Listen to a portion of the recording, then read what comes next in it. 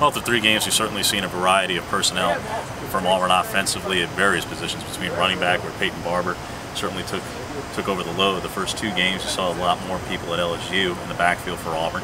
Wide receiver, we've seen a little bit of everybody. No real consistency there from game to game, week to week. Some guys have shown up and more or less been somewhere along for expectations as far as how much they're in the rotation. Some guys have been a bit of a surprise. Who do we think is going to be stepping up more at running back, Brandon? Well, you would think it could be Peyton Barber, but the way they played in the second half after starting Barber for the 2nd straight game, it might end up being Rock Thomas. Even though he fumbled against Jacksonville State, he ended up with the most carries, with 8 carries in that game, and all of them came in the second half. I think they're leaning more toward him at this moment, just because they're looking for big plays. I keep going back to that. Rhett Lashley's mentioned, or Gus Malzahn the last 2 weeks. Their big thing is they got to figure out how to get big plays. So they think Rock Thomas can be that guy. Peyton Barber doesn't have that explosiveness, but he's consistent. But I still think they want Rock Thomas to kind of take over that role. I think at this point, Javon Robinson being considered for that starting job is dead, because he's only got 4 carries all season, and I thought we would see him more against LSU, and we didn't.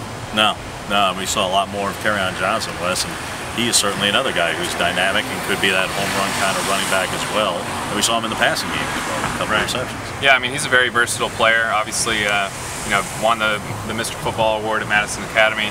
Comes in, he's a very talented guy. He actually led the team in receptions against LSU. He had 3 receptions, and he had some good plays on special teams. I think he had about a 30-yard return. Had a few carries.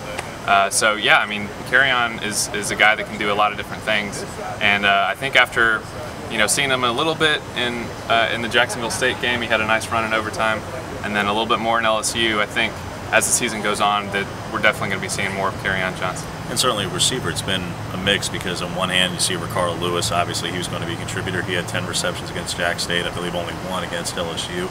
Melvin Ray, with that big catch late against Jacksonville State, got involved with the 1 touchdown catch at LSU.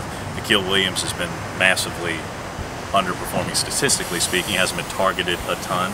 Stanton Truitt, we see at LSU, get involved. He can only really go up. Guys we thought would contribute, though, Marcus Davis and Tony Stevens, really not much contribution thus far, and that's kind of surprising. And Tony Stevens has been the guy they've always talked about, it seems like, and him stepping up, and he just hasn't done anything this year at all, which is surprising to me. I thought he'd be a guy to be able to stretch the field a little bit, and they haven't been able to do that. I think a lot of it has to do, not necessarily just with Tony, but Jeremy Johnson just isn't getting the ball to people, and that's been a struggle. And if that continues, I think that's why, as we've talked about before, Sean White could definitely be a possibility quarterback. But the receiver spot, you're definitely right. What's going on with Marcus Davis and going on with Tony Stevens? And will they try to get them more involved? I think so, because those are guys they talked up in preseason and they really liked, and they want to get them involved. And lastly is Jason Smith, who's obviously a wildcat possibility. I know we've spoken quite a bit about that, of could he play that position? What is it going to happen? When is it going to happen? But he also offers a lot at wide receiver. And yes, we did see that 1 long touchdown catch against Louisville that got called back.